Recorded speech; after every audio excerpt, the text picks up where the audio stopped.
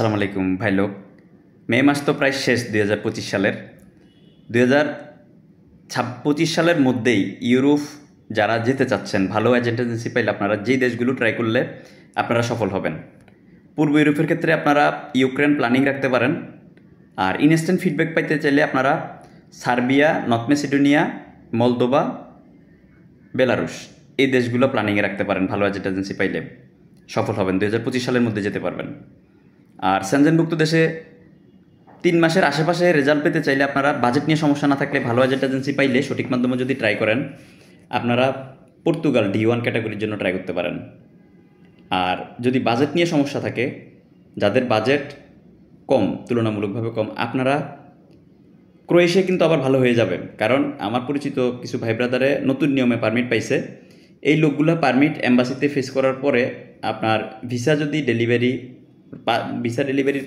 কত percent visa delivery দিবে, এটা যদি আমি ইনফরমেশান জানতে পারি, আপনাদেরকে তথ্য দিব, তাহলে আপনারা ক্রোয়েশিয়াটাও প্ল্যানিংয়ে রাখতে পারেন ভালো এজেন্ট এজেন্সি পাইলে।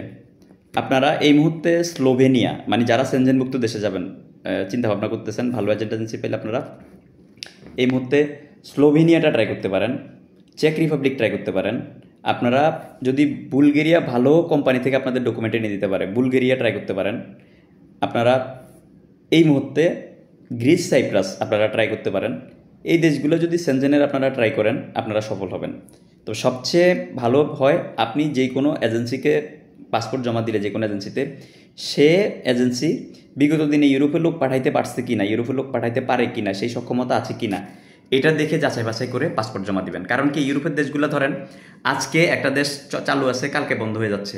বন্ধ হয়ে গেলে সেই এজেন্সির যদি ইউরোপে কাজ করার সক্ষমতা থাকে, তাহলে আপনাকে এক দেশ না হইলে আরেক দেশ দিয়ে হলেও আপনাকে সফল করে দিতে পারবে। যেমন ধরেন একটি দেশ আজকে ভিসা দিচ্ছে, কিন্তু কালকে বন্ধ হয়ে গেলে ওই লোকেরও কিন্তু বা ওই এজেন্সিরও কিছু করার থাকবে না। তখন তার যেহেতু মাধ্যম আছে, সোর্স আছে, বা সে কাজ করতেছে, সেই এক দেশ না হলে সেনজেনভুক্ত দেশে যারা যাবেন, এক দেশ না হলে অন্য দেশ দিয়ে আপনি সেনজেনভুক্ত যে কোনো একটা দেশে ঢুকলেই কিন্তু বৈধভাবে কাজের ভিসা নিয়ে আপনি ঢুকলেই কিন্তু আপনি সফল।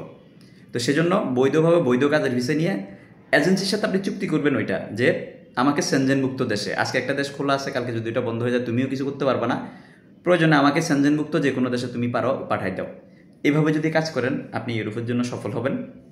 আর ইউরোপের সেনজেনভুক্ত কিন্তু 29টি দেশ আছে। আমি কিন্তু 29টা দেশের নাম বলি নাই, আমি যে কটা দেশের নাম আপনাদেরকে বললাম, এই দেশগুলো যদি আপনারা ভালো এজেন্ট এজেন্সি দেখে ট্রাই করেন, সফল হওয়ার সম্ভাবনা থাকবে। কারণ অন্যান্য দেশগুলো কিন্তু বাংলাদেশিদেরকে ওইভাবে ঢালাওভাবে ভিসা দিচ্ছে না। তবে রোমানিয়া আপনারা ট্রাই করতে পারেন, যদি রোমানিয়া ভালো সাপোর্টিং হ্যান্ড পান, বিশেষ করে আরব দেশগুলোতে ট্রাই করেন, অথবা যাদের বয়স 30-এর উপরে আছে, বিদেশ ফেরত লোক, তারা বাংলাদেশ থেকে ট্রাই করলেও ইন্ডিয়া যেতে হবে। ইন্ডিয়া হ্যাসেলটা যদি নিতে পারেন, রোমানিয়া প্ল্যানিংয়ে রাখতে পারেন। ধন্যবাদ। প্রবাস এবং প্রবাসী রিলেটেড নিত্য নতুন তথ্য এবং আপডেট পেতে আমার আইডিটি ফলো দিয়ে আমার সাথে যুক্ত থাকার জন্য বিশেষভাবে অনুরোধ রইল। আমি যেহেতু ট্রাভেল এজেন্সির বিজনেস করি, ট্রাভেল এজেন্সি নিয়ে আমি পড়ে আছি। কেউ যদি ওয়ার্ক পারমিটের পাশাপাশি যদি ট্যুরস অ্যান্ড ট্রাভেলসের বিভিন্ন দেশের ভ্রমণ ভিসা সংক্রান্ত যদি কোনো সাপোর্ট চান, আমি আপনাদেরকে সাপোর্ট দিতে পারবো ইনশাল্লাহ। উন্নত বিশ্বের ভ্রমণ ভিসা পেতে কোনো সাপোর্ট চাইলে আমি শুধু ডকুমেন্টেশন রেডি করে দেওয়া, এম্বাসি পৌঁছায় দেওয়ার ক্ষমতা রাখি, কিন্তু ভিসা দেওয়ার ক্ষমতা আমার নাই। আপনি এম্বাসি ফি দিয়ে এম্বাসিতে দাঁড়াবেন, সেই দেশের এম্বাসি যদি আপনাকে ভিসা দেয়, আপনি ভিসা পাবেন, না দিলে এখানে আপনার এম্বাসি ফি আপনার লস হবে।